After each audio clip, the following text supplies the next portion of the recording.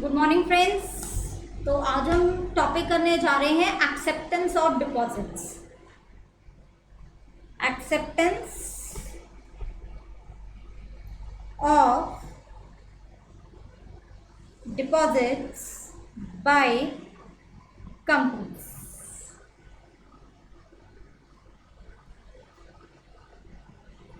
बच्चे देखो, companies word इसलिए लगाया है क्योंकि यहाँ पर हम देख रहे हैं कि कंपनीज जब पब्लिक से डिपॉजिट्स लेंगी तो उनके क्या प्रोविजंस रहेंगे।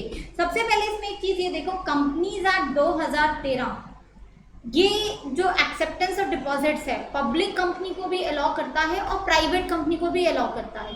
क्योंकि अगर मैं पहले अर्लियर कंपनीज एक्ट की बात करूं तो वो सिर्फ और सिर्फ डिपॉजिट्स बाय पब्लिक कंपनी को अलाउ करता था, लेकिन अब देखो अगर मैं कंपनीज एक्ट 2013 की बात कर रही हूँ तो डिपॉजिट्स जो है मेंबर से भी ले सकते हैं और पब्लिक से भी लिए जा सकते हैं। Deposits from members and deposits from public. ठीक है जी। अब देखो इन दोनों में थोड़ी सी चीज देखो। प्राइवेट कंपनी की डेफिनेशन हमने पढ़ी है ना, और वहां पे हमने पढ़ा है कि प्राइवेट कंपनी जो है वो डिपॉजिट्स पब्लिक से तो ले ही नहीं सकती है, वो तो अपनी कोई भी सिक्योरिटी जो है वो पब्लिक को दे ही नहीं सकती है। तो यानी कि जब मैं प्राइवेट कंपनी की बात कर रही हूँ तो प्राइवेट कंपनी सिर्फ और सिर्फ डिपॉजिट्स कहाँ से ले सकती है? वो सिर्फ और सिर्फ डिपॉजिट्स प्राइवेट कंपनी अपने मेंबर से ले सकती है। यानी कि यहाँ पर अगर मैं बात करूं तो मेंबर से डिपॉजिट्स पब्लिक कंपनी भी ले सकती है और प्राइवेट कंपनी भी ले सकती है। दोनों तरीके की कंपनीज आ गई यहाँ पर। लेकिन वही अगर मैं पब्लिक की बात करूं बच्चे, तो पब्लिक से पैसा सिर्फ और सिर्फ कौन ले सकता है? पब्लिक कंपनी ले सकती है। तो अगर मैं इस सिनारियो के हिसाब से देखती हूँ तो यानी कि मेरे ये जो सेक्शंस हैं, मेरे ये जो प्रोविजंस हैं एक्सेप्टेंस ऑफ डिपॉजिट्स के, ये प्राइवेट कंपनी पे और पब्लिक कंपनी पे दोनों पे एप्लीकेबल होते हैं। ऑल्दो आगे जाके भी जैसे जैसे हम चैप्टर में प्रोसीड करेंगे तो हम देखेंगे कि कितना प्राइवेट कंपनी पे एप्लीकेबल है। मेंबर्स से डिपॉजिट्स लेते हैं तो क्या प्रोविजंस हैं, पब्लिक से डिपॉजिट्स लेते हैं तो क्या प्रोविजंस हैं, वो अभी हम आगे चल के देखेंगे। अभी तक बस इतना समझ लो कि डिपॉजिट्स आप मेंबर से भी ले सकते हो, डिपॉजिट्स आप पब्लिक से भी ले सकते हो। प्राइवेट कंपनी सिर्फ और सिर्फ डिपॉजिट्स किससे लेगी? अपने मेंबर से लेगी, वो पब्लिक से नहीं लेगी। पब्लिक कंपनी के पास ऑप्शंस है, चाहे डिपॉजिट्स वो अपने मेंबर से ले या फिर वो पब्लिक से ले। यहाँ तक बात समझ में आती है? क्लियर है? चलो अब इसमें एक छोटी सी चीज देखते हैं। जैसे हम डिपॉजिट्स पढ़ रहे हैं तो बच्चे दिमाग में एक बात आ सकती है कि जो डिपॉजिट्स हैं कि देखो अगर कंपनी बाहर पब्लिक से डिपॉजिट्स ले रही है, यानी कि पब्लिक पैसा लगा रही है कंपनी के अंदर, है ना, जिसपे उसे क्या मिलेगा? ब्याज मिलेगा। ये शेयर कैपिटल नहीं है, ये डिपॉजिट है। ठीक है।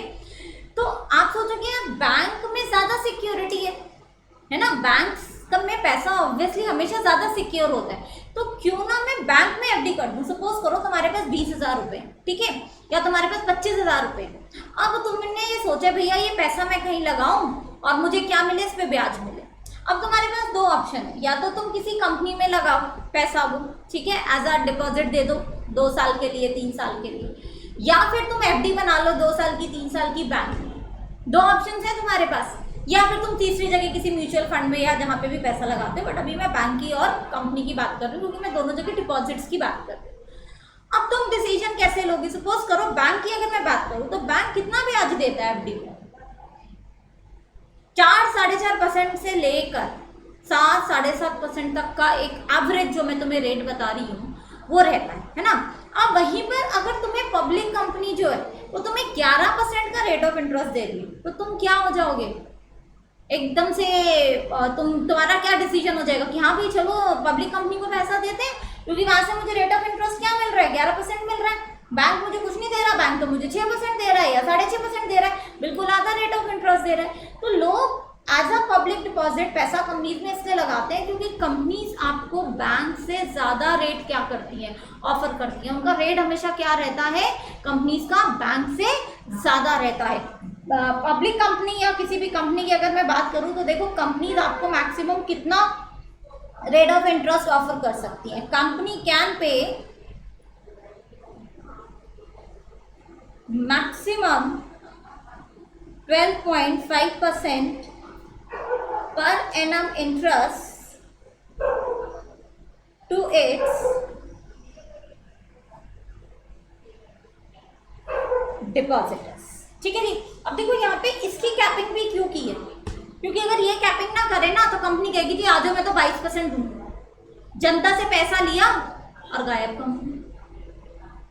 आप एक वायबल रेट ऑफ इंटरेस्ट जो कि फिजिबल है देना, जो कि फिजिबल है पे करना, वही आप जनता को ऑफर करो।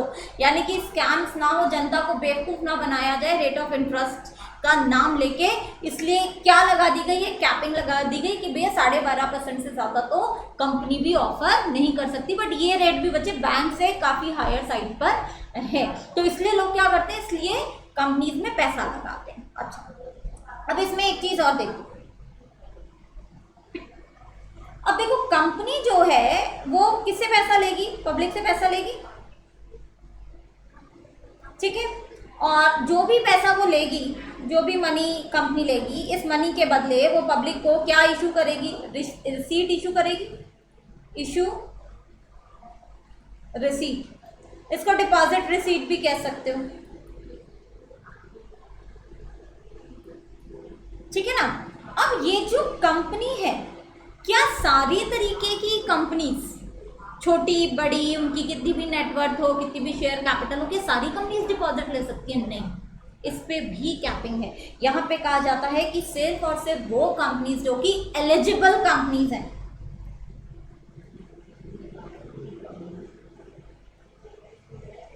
वही सिर्फ क्या ले सकती है, पब्लिक डिपॉजिट्स ले सकती हैं। अब तुम कहोगे मैम एलिजिबल कंपनी का क्या मतलब है, तो एलिजिबल कंपनी का मतलब देखो, what do you mean by eligible company.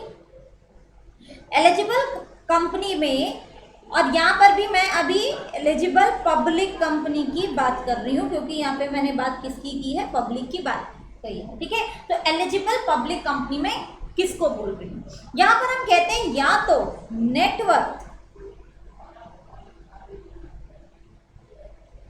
100 crore के बराबर हो या उससे ज्यादा हो, या फिर आपकी टर्नओवर किसके बराबर या किससे ज्यादा हो, 500 करोड़ से ज्यादा, ठीक है जी। अगर आप ये दोनों काम में से कोई एक कंडीशन फुलफिल कर लेते हो, तब आप किस में आ जाते हो, तब आप एलिजिबल कंपनीज में आ जाते हो, एलिजिबल पब्लिक कंपनीज में आ जाते हो। सिर्फ और सिर्फ तभी आप क्या कर सकते हो, पब्लिक से पैसा ले सकते हो, ठीक है। साइमल्टेनियसली भी बताऊंगी कि एक तो पहले तो तुम इस कैटेगरी में आ जाओ, तुम्हारी इतनी नेटवर्थ या इतना टर्नओवर हो, उसके बाद तुम्हें एसआर भी पास करना है, ठीक है, या ओआर भी पास करना है, मेंबर्स की मंजूरी भी लेनी है कि हाँ भाई हम डिपॉजिट ले लें। अभी इसके साथ कंडीशंस अटैच है, वो पढ़ेंगे।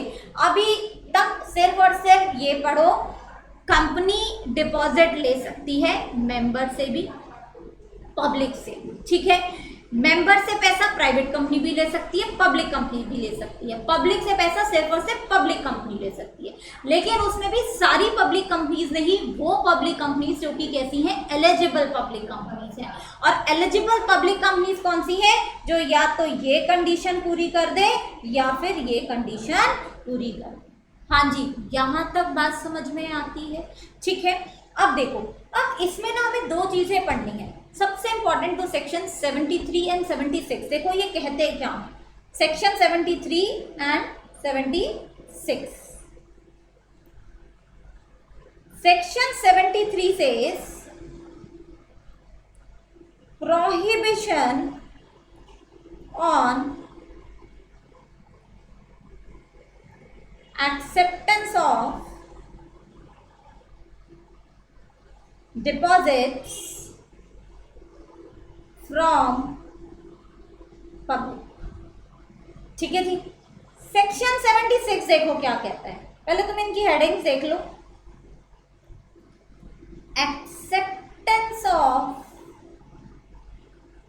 deposits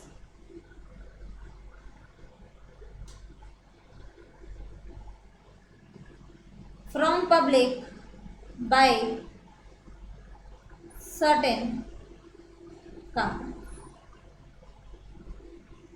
अब देखो पहला 73 क्या कह रहा है, यानी कि प्रोहिबिशन किस पे लगा रहा है, पब्लिक से पैसा लेने के लिए, मेंबर्स से नहीं ले रहा, मेंबर्स की बात नहीं कर रहा है वो यहाँ पे, नॉट टॉकिंग अबाउट मेंबर्स।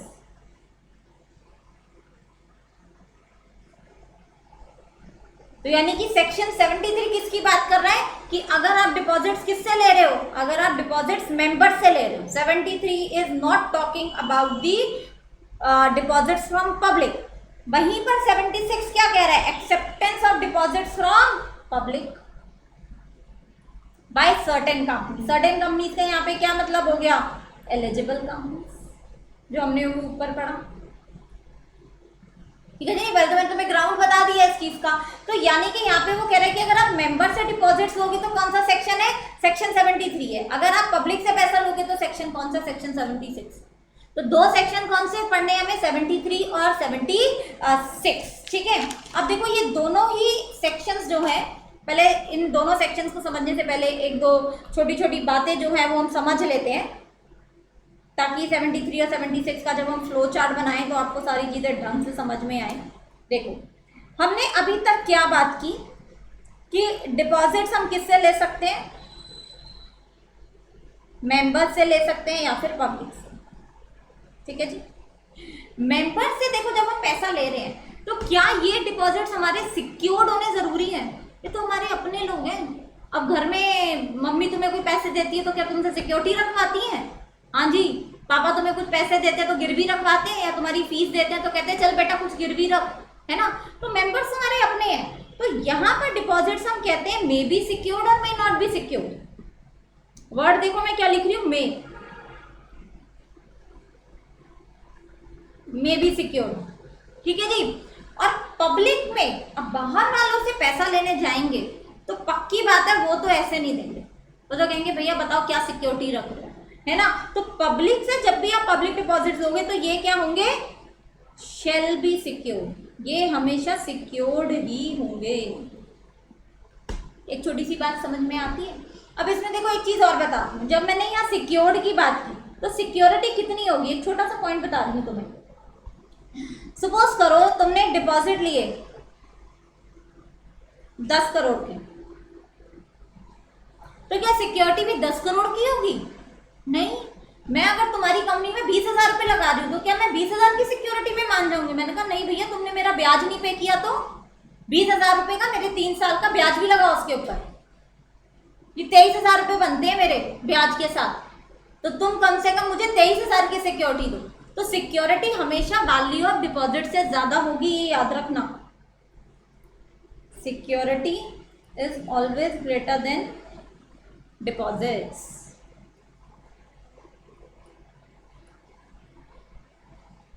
क्योंकि इस सिक्योरिटी में प्रिंसिपल प्लस इंटरेस्ट दोनों चीजें क्या होंगी, इंक्लूडेड। तो सिक्योरिटी जो होगी वो हमेशा आपके डिपॉजिट के अमाउंट से ज्यादा होगी, क्योंकि इसमें प्रिंसिपल और इंटरेस्ट दोनों क्या है, उसमें दोनों ही इंक्लूडेड है, ठीक है। ये बात समझ में आती है एक छोटी सी। अब दूसरा देखो, इसमें डिपॉजिट की हम डेफिनेशन भी देख लेते हैं, ठीक है। What do you mean by deposits, देखो अभी पूरी डेफिनेशन नहीं करा रही हूं, क्या क्या चीजें डिपॉजिट्स में नहीं आएंगी वो पढ़ेंगे अभी, ठीक है। पहले इसकी डेफिनेशन देखो। अगर मैं सेक्शन 2 क्लॉज 31 की बात करूं तो वो क्या कहते हैं,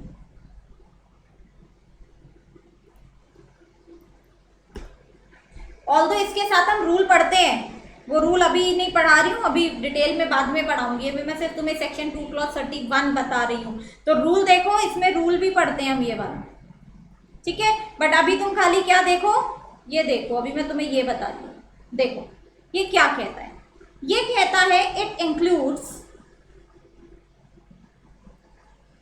any receipt of money by way of deposits or loan or any other form by a company but does not include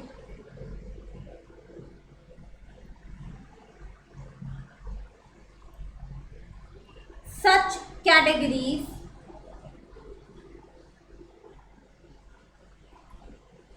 of amount as may be prescribed by central government in consultation with RBI। देखो इसमें अगर मैं दो words जो है वो मैं यहाँ पे जरूर हाईलाइट करूंगी। वो वर्ड देखो क्या है, पहले डिपॉजिट्स और लोन।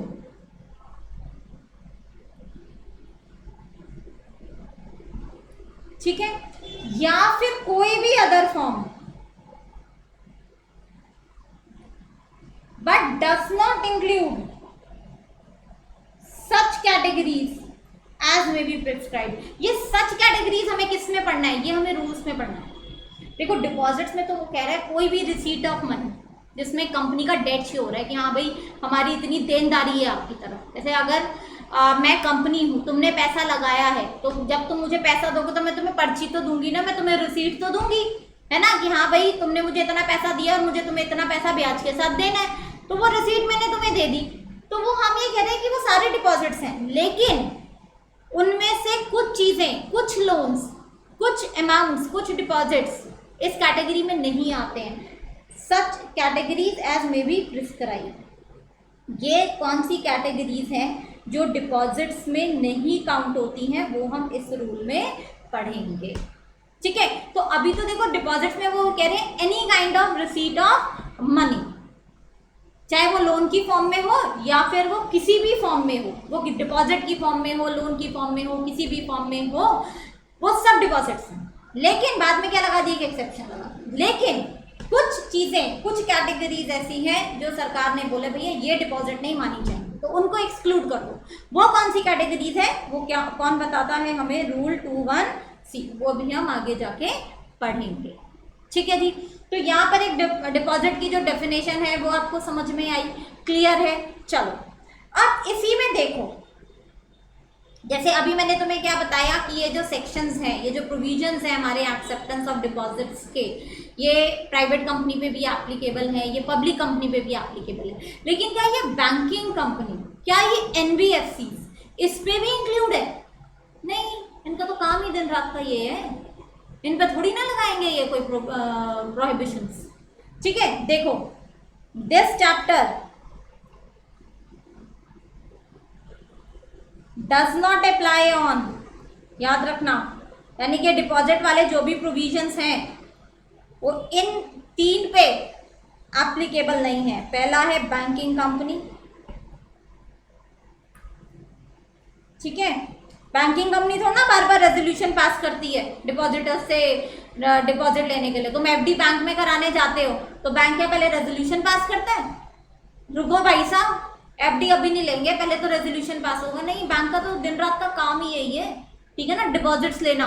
तो बैंकिंग कंपनी पे एप्लीकेबल नहीं है ये प्रोविजंस। दूसरा देखो, non banking financial companies, NBFC, non banking financial company. और तीसरा हाउसिंग फाइनेंस कंपनी, इनका बच्चे रोज का काम है, ठीक है ना, तो इसलिए इनके ऊपर ये प्रोविजंस एप्लीकेबल नहीं है। हाउसिंग फाइनेंस,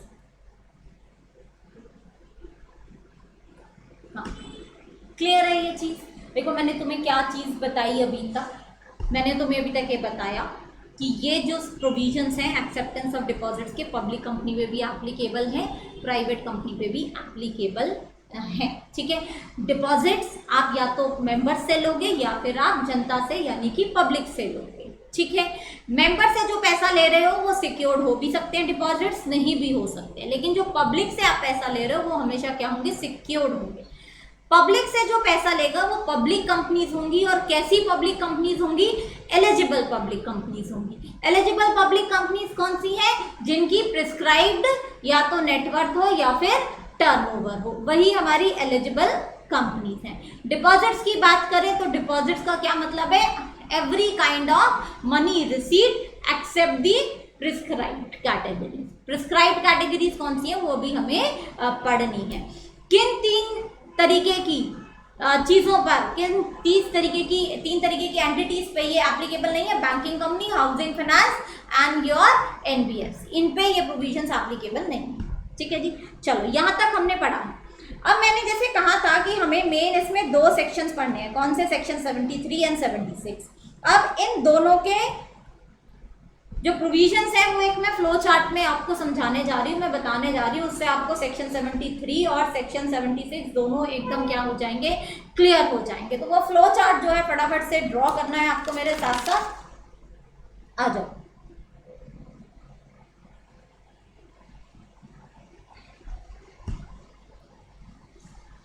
कंपनी है, किससे डिपॉजिट लेगी,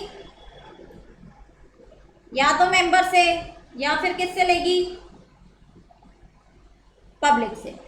मेंबर से जब भी पैसा लेगी तो बच्चे वो ओआर पास करेगी, यानी कि ऑर्डिनरी रेजोल्यूशन, ठीक है। पब्लिक से पैसा लेगी तो ओआर भी पास कर सकती है, एसआर भी पास कर सकती है। वो क्या पास करेगी वो अभी कैटेगरीज बताऊंगी, ठीक है। अब मेंबर से जब पैसा लेती है तो कौन सा सेक्शन है, जरा फटाफट बता दो, सेक्शन 73, वेरी गुड। पब्लिक से पैसा लेगी तो कौन सा सेक्शन है, सेक्शन 76, ठीक है जी। अब देखो जब वो मेंबर से पैसा लेगी ना तो सेक्शन 73 के क्लॉजेज है जो हमें पढ़ने हैं, देखो कौन कौन से क्लॉजेज हैं। सेक्शन 73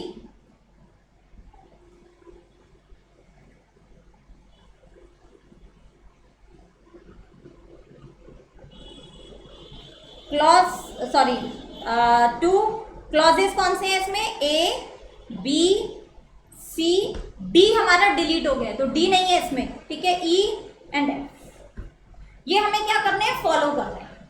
यानी कि अगर प्राइवेट कंपनी, ठीक है, या फिर कोई भी पब्लिक कंपनी अगर डिपॉजिट्स किससे ले रही है, मेंबर से ले रही है, ठीक है, तो मेंबर से पैसा लेने के लिए एक तो उसे क्या पास करना है, उसे ऑर्डिनरी रेजोल्यूशन पास करना है। ऑर्डिनरी रेजोल्यूशन पास करने के साथ साथ उसको सेक्शन 73(2) क्या करना है, कंप्लाई करना है, उसके क्लॉजेस को कंप्लाई करना है। वो क्लॉजेस कौन से हैं, A B C E F. तो अब हम A B C E F देखेंगे, ठीक है। देखो ए, सबसे पहले तो हम ये कहते हैं कि DPT-1 फॉर्म है, इसमें हमें क्या करना है, सर्कुलर फाइल करना है। बात समझ में आ रही, यानी कि हम डिपॉजिट्स लेने जा रहे हैं, इसकी घोषणा करेंगे, क्या क्या टर्म्स हैं, कितना ब्याज हम देंगे, सारी चीज़ें जो हैं वो हमें सर्कुलर कहाँ करना है, ROC में जाके फाइल करना है। कौन से फॉर्म में, DPT-1 में। तो बी क्लॉज क्या कहता है, DPT-1 to be filed to ROC at least 30 days before circulation, ठीक है जी। तो DPT-1 बनाना है, याद रखना। DPT-1 हमें किस चीज के लिए बनाना है, सर्कुलर के लिए। कहाँ पे वो सर्कुलर फाइल करना है, ROC में जाके हमें फाइल करना है। कितने दिन पहले फाइल करना है, हमें 30 डेज सर्कुलेशन से पहले फाइल करना है। जैसे प्रोस्पेक्टस में भी तो करते थे, रजिस्ट्रेशन कराते थे ना प्रोस्पेक्टस का, पहले ROC में फाइलिंग करते थे, उसके बाद जनता को बांटते थे। तो ये भी तो वही चीज है, पहले ROC में जाके फाइल कर दो, ठीक है ना, और उसके बाद जनता में क्या करो, ये बांटना शुरू करो कि ठीक है भाई हमें इतने डिपॉजिट्स दे दो, हमें इतने डिपॉजिट्स दे दो, ठीक है।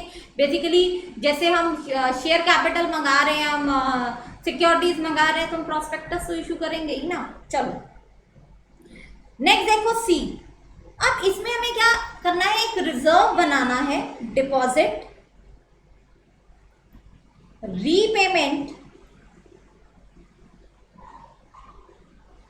Reserve account. ठीक है, इसको हम DRRA भी बोलते हैं। Basically this is for liquidity purpose. अब ये सी क्या कहता है क्लॉज, ये सी क्लॉज कहता है कि भाई आपके कमिंग ईयर में जो भी डिपॉजिट्स आपने पे करने हैं, अगर आपको 20 करोड़ के डिपॉजिट्स पे करने हैं, आपको 30 करोड़ के डिपॉजिट्स पे करने हैं, तो उसका 20% इन एडवांस क्या कर दो, इस रिजर्व में जमा करा दो।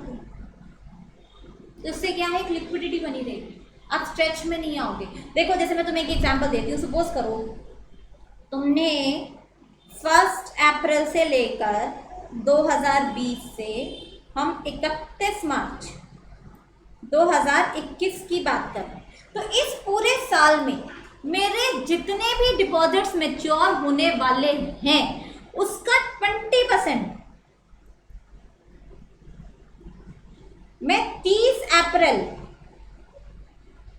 से पहले पहले क्या कर दूंगी, डिपॉजिट कर दूंगी 30 डेज। हाँ जी, बात समझ में आती है। यानी कि मुझे पता है कि भाई अगले साल मेरा यह खर्चा होने वाला है, तो पैसा पहले ही जोड़ लेते हो ना। जैसे घर में शादी होती है अगर किसी साल में, तो पापा मम्मी क्या करते हैं, घर वाले क्या करते हैं, नहीं भैया थोड़ा सा पैसा पहले ही क्या कर लो, रिजर्व में रखते जाओ, है ना। तो हम ये कह रहे हैं कि हमारा जो भी कमिंग ईयर में डिपॉजिट्स जो भी हमें पे ऑफ करने हैं, जो भी हमारा अमाउंट आउटस्टैंडिंग है, उसका 20% तो विद इन 30 डेज आप क्या कर दो, आप DRR में डाल दो। हाँ जी, ये बात समझ में आती है सबको।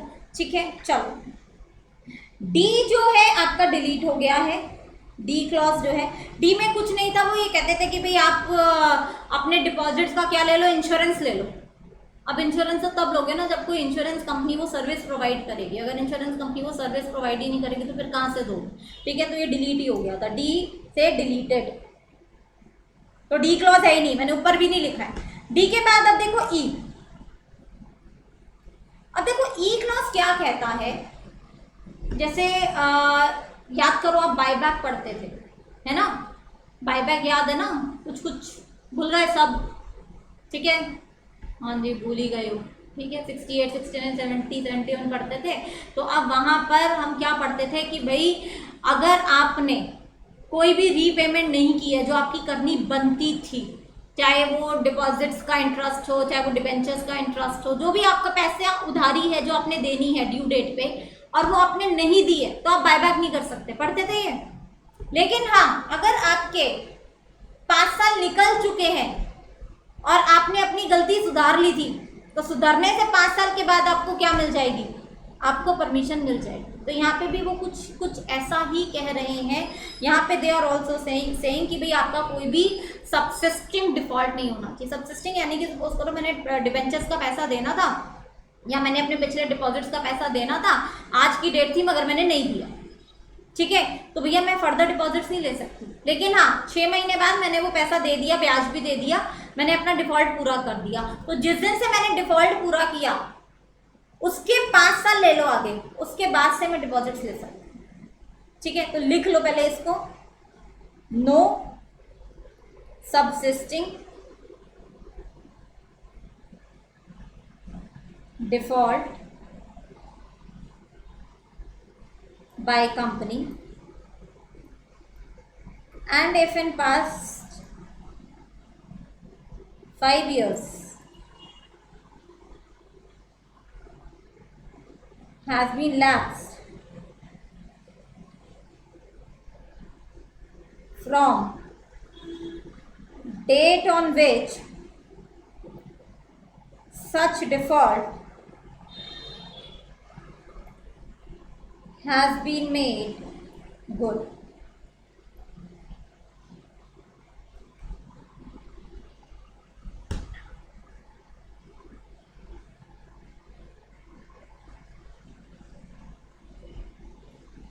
ठीक है, यानी कि अभी आपका सबसिस्टिंग डिफॉल्ट नहीं होना चाहिए, अगर वो है आप डिपॉजिट नहीं ले सकते। बट हाँ, जिस दिन आपने अपनी गलती सुधारी उससे 5 साल गुजर चुके हैं, ठीक है, गलती सुधर चुकी है 5 साल पहले, तो फिर आप क्या कर सकते हो, आप डिपॉजिट्स ले सकते हो।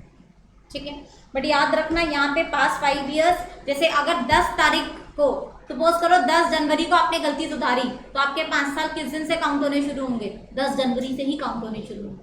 जबकि जो शेयर कैपिटल में पढ़ते थे हम वो करते थे 5 years from the financial year, यानी कि जिस साल में गलती सुधारी उसके अगले साल से गिनती करना शुरू करते थे, ठीक है। लेकिन यहाँ पर जिस तारीख को गलती सुधारी उसी दिन से आपका 5 साल का पीरियड क्या हो जाएगा? काउंट हो जाएगा। तो ये ज्यादा फ्लेक्सिबल है, ठीक है। चलो एफ पॉइंट देखो, ये बात समझ में आ गई ना? जैसे अगर सपोज करो अभी साल चल रहा है 2020, ठीक है। आपने 10 जनवरी को पेमेंट करनी थी, रीपेमेंट करनी थी कुछ पहले के डिपॉजिट्स की, आपने नहीं की, डिफॉल्ट कर गए तुम, तो क्या तुम नए डिपॉजिट्स ले सकते हो? नहीं ले सकते हो। बट सपोज करो तुमने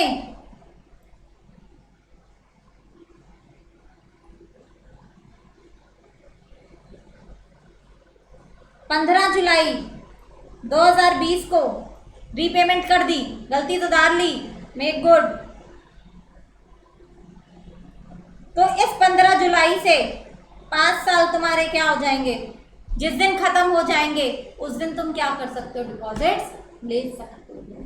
हाँ जी, बात समझ में आ गई?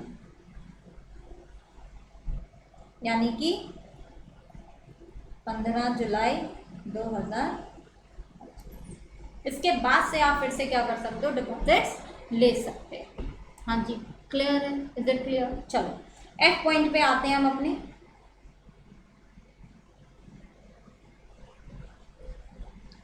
सिक्योर्ड और अनसिक्योर्ड। देखो मैंने अभी बोला डिपॉजिट सिक्योर्ड भी हो सकते हैं, इनसिक्योर्ड भी हो सकते हैं। अगर आप पैसा किससे ले रहे हो? मेंबर से ले रहे हो। अगर पब्लिक से ले रहे हो फिर तो मस्ट है कि सिक्योर्ड होगा ही होगा, ठीक है ना। अब यहाँ पर हम ये कहते हैं अगर पार्शियल सिक्योर्ड भी है तो भी वो किस कैटेगरी में जाएगी? तो जाएगी सिक्योर्ड की कैटेगरी में, ठीक है। यानी कि if partially secured is considered as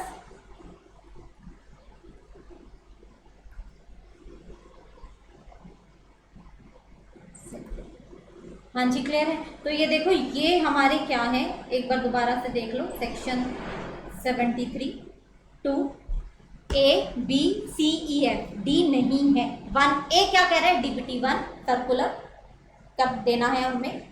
B क्या कह रहा है? किसको देना है? आरओसी को देना है। कितने दिन पहले देना है? 30 दिन पहले देना है, ठीक है। सी क्या कह रहा है कि हमें एक DRRA बनाना है। DRRA में कौन सा पैसा डालना है हमें? वो पैसा जो हमारा कमिंग ईयर में पेमेंट के लिए ड्यू होने वाला है। सारा नहीं डालना है, कितना डालना है? 20% डालना है।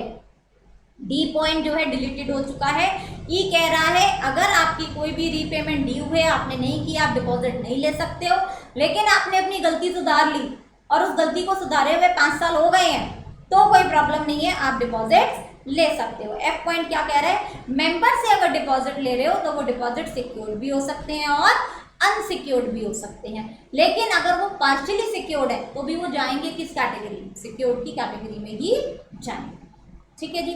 तो सेक्शन 73 आप लोगों को क्लियर हुआ। अब आ जाओ सेक्शन 76 पे। देखो अब यहाँ पे एक तो मैंने ये 2 चीजें लिखी हैं, OR और ऐसा, ये अभी हम समझेंगे। पहले 76 की बात करते हैं। 76 में देखो हमें क्या क्या पढ़ना है। एक तो सबसे पहला तो यही 73 वाले ही पॉइंट पढ़ने हैं। 73 2 का A B C E F पढ़ना है। सिक्योर्ड और अनसिक्योर्ड नहीं, यहाँ पे तो सिक्योर्ड ही होंगे तो F हमें पढ़ना ही नहीं है, ठीक है। साइमल्टेनियसली देखो अब यहाँ पर हमें किस चीज की जरूरत पड़ेगी? हमें क्रेडिट रेटिंग की जरूरत पड़ेगी। क्रेडिट रेटिंग बताती हूँ अभी क्या होता है। और तीसरा ये हमेशा क्या होंगे? सिक्योर्ड होंगे। समझ में आ रही है? ठीक है। पहले तो यानी कि जितने भी पॉइंट तुमने 73 2 के पढ़े वो सारे आ गए एफ के अलावा, क्योंकि एफ तो सिक्योरिटी और उसकी बात करता है ना कि सिक्योर्ड है अनसिक्योर्ड, तो यहाँ पे तो सिक्योर्ड हो गई। तो ये एक ढंग से क्या है, इसका एफ पॉइंट यहाँ पे ये आ गया है ना। क्रेडिट रेटिंग लेनी पड़ेगी। देखो क्रेडिट रेटिंग क्या होती है? जब भी आप कोई सिक्योरिटी मार्केट में लेकर आते हो तो क्रेडिट एजेंसीज उसको रेटिंग देती है। जैसे आप मूवीज देखते हो ना, आता ना 4 मिर्ची मिली, इसको 3.5 मिर्ची मिली, इसको 3 स्टार मिले, इसको 5 स्टार मिले, तो वो रेटिंग है मूवीज की। इसी ढंग से जब भी कोई इंस्ट्रूमेंट मार्केट में आता है, कोई सिक्योरिटी मार्केट में लेकर आ रही है कंपनी, तो उसकी रेटिंग होती है। AAA रेटिंग है, AA रेटिंग है, B रेटिंग है, C रेटिंग है, D रेटिंग है। D सबसे वर्स्ट होती है, AAA सबसे अच्छी होती है, ठीक है। तो इस तरीके से वो रेटिंग से आपको क्या पता चलेगा कि भाई ये सिक्योरिटी कितनी सिक्योर्ड है और इस पे रिटर्न कितना अच्छा है, ठीक है। तो ये क्रेडिट रेटिंग आपको घर वालों को बताने की जरूरत नहीं है, घर वालों को तो इंटरनली सब कुछ पता है। क्रेडिट रेटिंग आपको बाहर वालों के लिए जरूरी है, इसीलिए क्रेडिट रेटिंग का कॉन्सेप्ट किस में रखा गया है? सेक्शन 76 में रखा गया, 73 में नहीं रखा गया। 73 में हमें जरूरत ही नहीं है घर वालों के लिए, ठीक है ना। तो यहाँ पे हमें क्या लेनी है? क्रेडिट रेटिंग लेनी है। अब देखो, शेल बी सिक्योर। अगर मैं सिक्योर्ड की बात करूं तो अभी मैंने तुम्हें बताया कि वैल्यू ऑफ सिक्योरिटी आपकी किससे ज्यादा होगी, ये बता दिया कौन मैंने तुम्हें, डिपॉजिट से ज्यादा होगी। क्यों? क्योंकि इसमें प्रिंसिपल भी लेना है तुम्हें और इंटरेस्ट भी लेना है। दूसरा सिक्योर्ड है तो चार्ज क्रिएट करना पड़ेगा ना, सिक्योरिटी क्रिएट करनी पड़ेगी। सिक्योरिटी क्रिएट करने को ही तो चार्ज क्रिएट करना कहते हो ना तुम। Security created in 30 days, charge का फॉर्म 1 भी आ गया यहाँ पे, ठीक है ना। In favour of deposit trustee. अच्छा, हर डिपॉजिटर के अलग अलग नाम पे नहीं होगी, जैसे डिबेंचर्स में डिबेंचर ट्रस्टी के नाम पे होता है ना सारा सब कुछ, तो इसी ढंग से यहाँ पे कौन होगा? डिपॉजिट ट्रस्टी के नाम पर होगा। और इस डिपॉजिट ट्रस्टी का नाम तुम सर्कुलर में भी लिखोगे, जैसे डिबेंचर ट्रस्टी में याद करो, जब तुम प्रोस्पेक्टस इशू करते थे, जब तुम इनविटेशन देते थे, तो तुम डिबेंचर ट्रस्टी का नाम पहले ही लिख देते थे प्रोस्पेक्टस में, डिबेंचर्स इशू करने से पहले भी, कि हमारा ट्रस्टी कौन होगा। इसी तरीके से यहाँ पे भी होगा, डिपॉजिट ट्रस्टी का नाम आप पहले ही बता दोगे कि भैया हमारा डिपॉजिट ट्रस्टी कौन होगा। और ये डिपॉजिट ट्रस्टी कौन हो सकता है? ये सेबी से ऑथोराइज्ड होगा बच्चे।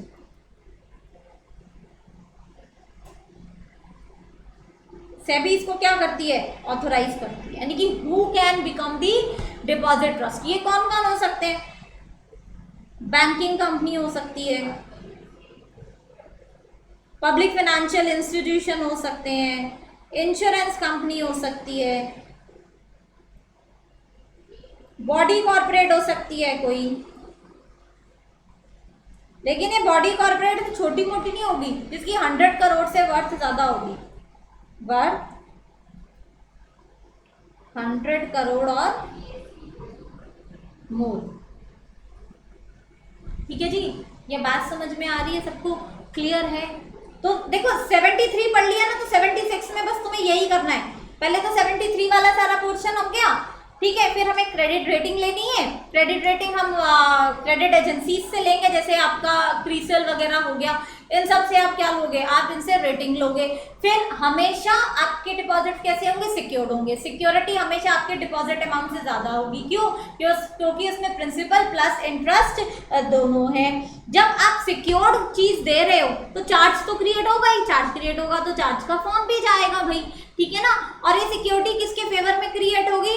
डिपॉजिट ट्रस्टी के नाम पे। डिपॉजिट ट्रस्टी कौन है? जिसे सेबी ऑथोराइज करेगा। वो कौन हो सकता है? कोई भी banking company, insurance company, body corporate कौन सी? जिसकी वर्थ 100 करोड़ से ज्यादा की है, या फिर कोई पब्लिक फाइनेंशियल इंस्टीट्यूशन।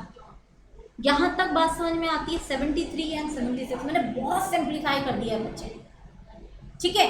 अब इसमें एक चीज देखो, ऊपर आ जाओ दोबारा से, यहाँ पर देखो, मैंने आपको यहाँ पे कहा था कि मेंबर से तो हमें क्या लेना है? Ordinary resolution. पब्लिक में हम ओआर और एसआर दोनों ले सकते हैं। ये ओआर और एसआर का क्या फंडा है? यहाँ पे ये देखो, तो जब हम पब्लिक से पैसा ले रहे हैं, deposit from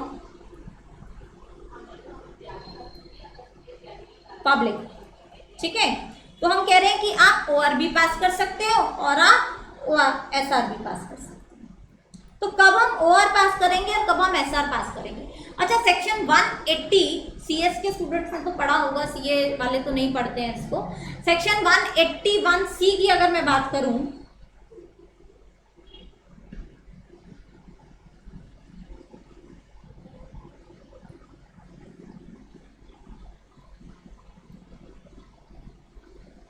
borrowings by companies, ठीक है। तो ये देखो, ये क्या कहता है कि ऑर्डिनरी रेजोल्यूशन आपको कहां पास करने की जरूरत है, जहां पर आपकी एग्जिस्टिंग बोरोइंग्स, यानी कि जो भी आपकी उधारी अभी चल रही है, प्लस योर न्यू बोरोइंग्स, यानी कि जो नया डिपॉजिट आप लेने वाले हो, अगर वो कम है या बराबर है किसके, paid up capital plus free reserve plus security premium account. अगर इन तीनों से आपकी बोरोइंग्स कम है तो आप क्या पास कर दो, आप ऑर्डिनरी रेजोल्यूशन पास कर दो, आपको एसआर पास करने की जरूरत नहीं है। अब एसआर का पास करने की जरूरत पड़ेगी ऑब्वियसली जहां पे ये बोरोइंग ज्यादा होंगी, तो जहां पर आपकी एग्जिस्टिंग बोरोइंग्स और आपकी न्यू बोरोइंग्स क्या है, ज्यादा है, किससे, आपके paid up capital plus free reserve plus security premium, तो वहां पे एसआर पास करो। सीधी सी बात है, जहां लिमिट क्रॉस कर रहे हो वहां एसआर पास करो, जहां विद इन लिमिट्स हो वहां ओआर पास करो। ठीक है जी, बात समझ में आ रही है यहां तक। एक एग्जांपल देख लो इसका। सपोज करो तुम्हारी पेड अप कैपिटल है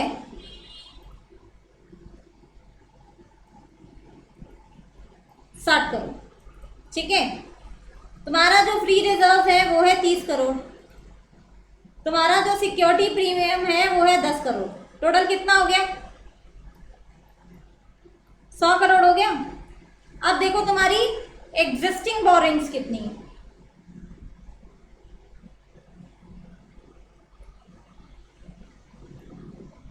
जो तुम्हारी ऑलरेडी उधारी है ये 80 करोड़ की है। अब देखो नई बोरोइंग, अगर ये नई बोरोइंग तुम्हारी 25 करोड़ की है तो मुझे बताओ तुम्हें एसआर पास करना है या तुम्हें ओआर पास करना है। अब ये देखो ये कितनी जा रही है, ये 105 करोड़ जा रही है, और ये 105 करोड़ किससे ज्यादा है, तुम्हारी 100 करोड़ से ज्यादा है। ये 100 करोड़ कौन सा, ये रहा। तो यहाँ पे तुम्हें क्या पास करना पड़ेगा, ऑब्वियस सी बात है, here you need to pass SR, है ना। और अगर सिचुएशन नंबर 1 ये है, अगर मैं लूं सिचुएशन नंबर 2, देखो तुम्हारी एग्जिस्टिंग बोरोइंग्स जो है ये सेम ही ले लो 80 करोड़, लेकिन अगर तुम्हारी न्यू बोरोइंग्स जो है वो तुम सिर्फ और सिर्फ कितना ले हम 5 करोड़ ले लेते हैं, ठीक है, न्यू 5 करोड़ ही लेनी है तुम्हें। तो अब मुझे बताओ ये कितना हो गया, 85 करोड़। ये किससे कम है, ये 100 करोड़ से कम। तुम्हारी पेड अप कैपिटल, तुम्हारे फ्री रिजर्व और सिक्योरिटी प्रीमियम से कम हो रही है दोनों मिला के। तो ऑब्वियसली यहाँ पे तुम्हें क्या पास करना है, यहाँ पे तुम्हें ऑर्डिनरी रेजोल्यूशन पास करना है, यहाँ पे तुम्हें ओआर ही पास करना है, तुम्हें और कुछ पास नहीं करना है। हाँ जी, ये बात सबको समझ में आती है। अब देखो तुम 73 और 76 का फ्लो चार्ट एक बार पूरा बनाओ, पूरा देखो उसको, उसमें सारे पॉइंट्स जो है हमारे क्लियर हो गए। 73 किसकी बात करता है, 73 बात करता है जब आप डिपॉजिट किससे ले रहे हो, आप मेंबर से ले रहे हो। 76 किसकी बात कर रहा है, जब आप डिपॉजिट किससे ले रहे हो, जब आप डिपॉजिट पब्लिक से ले रहे हो। पब्लिक से डिपॉजिट ले रहे हो तो भी 73 तो कंप्लाई करना ही है, क्रेडिट रेटिंग भी लेनी है और सिक्योरिटी भी क्रिएट करनी है। मेंबर से पैसा ले रहे हो तो हमेशा ही ओआर पास करना है, चाहे वो पब्लिक कंपनी हो चाहे वो प्राइवेट कंपनी हो। लेकिन अगर आप पब्लिक से पैसा ले रहे हो तो ओआर भी पास कर सकते हो, एसआर भी पास कर सकते हो। ओआर कब पास करोगे, जब आपकी borrowings, paid up capital, free reserve, SP से कम है। लेकिन अगर यही बोरोइंग्स इन तीनों चीजों से ज्यादा हो जाती है तो आपको क्या पास करना है, आपको एसआर पास करना है।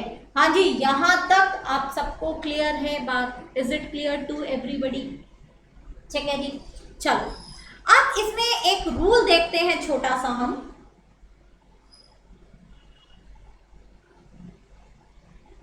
पीरियड ऑफ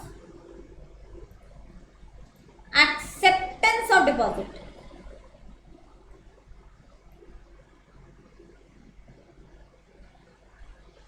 रूल 318, ठीक है, कि हम डिपॉजिट्स कितने टाइम के लिए ले सकते हैं? क्या हमें 6 साल के लिए, 7 साल के लिए, जैसे डिबेंचर्स होते हैं, डिबेंचर्स हम जनरली लॉन्ग टर्म लोन की फॉर्म में लेते हैं ना, लंबे टाइम के लिए हमें चाहिए होता है। लेकिन डिपॉजिट्स के लिए जब हम बात करते हैं तो हम कहते हैं आप 36 महीने से ज़्यादा के लिए डिपॉजिट्स नहीं ले सकते, यानी कि 3 साल से ज़्यादा का तो डिपॉजिट हो ही नहीं सकता। यानी कि डिपॉजिट्स आप तब लोगे जब आपको कैसे लोन की ज़रूरत है, शॉर्ट टर्म या मीडियम टर्म लोन की आपको ज़रूरत है। तो यहाँ पर अगर मैं बात करूँ तो हम ये कहते हैं कि मिनिमम कितना, 6 मंथ्स, यानी कि 6 महीने से कम का डिपॉजिट भी नहीं लोगे। यानी कि जी मैं 5 दिन के लिए पैसे दे दूँ, ठीक है, कम से कम 6 महीने के लिए तो पैसा लो और 6 महीने का ब्याज तो लोगों को दो। तो minimum 6 months and maximum 36 months.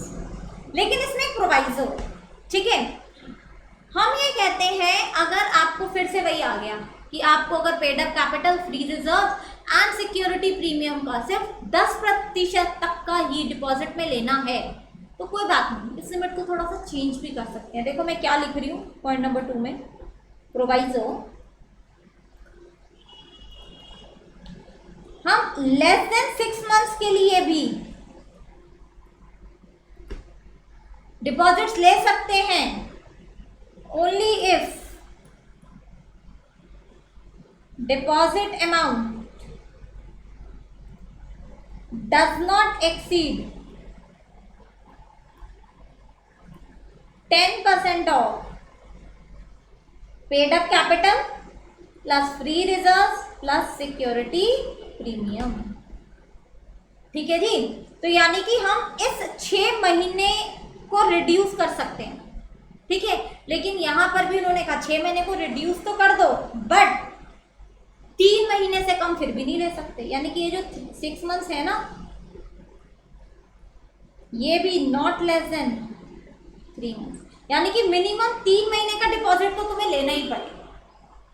इस वाले प्रोवाइजो में तुम 4 महीने के लिए ले लो, तुम 5 महीने के लिए ले लो, वो तुम कर सकते हो। इस 6 महीने को तुम रिड्यूस कर सकते हो बट कहाँ तक, सिर्फ और सिर्फ 3 महीने तक रिड्यूस कर सकते हो। ये नहीं कि जी 15 दिन के लिए दे दो, 1 महीने के लिए दे दो, 2 महीने के लिए दे दो, नहीं। तो अगर तुम सिर्फ इतना भी ले रहे हो तो भी तुम्हें मिनिमम 3 महीने का डिपॉजिट तो लेना ही पड़ेगा, उससे कम तो काम नहीं चलेगा।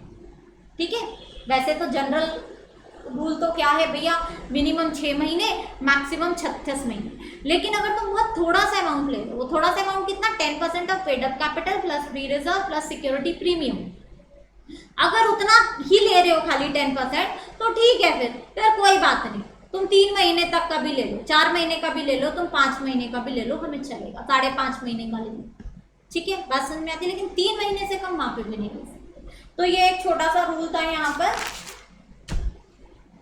तो आज की क्लास में हम यही 2 सेक्शंस और यही रूल रखते हैं अपना। फिर नेक्स्ट क्लास में we will do the further sections on further rules, हम बाकी के रूल्स और सेक्शंस भी इसमें करेंगे, ठीक है। This is part 1, part 2 we will do tomorrow.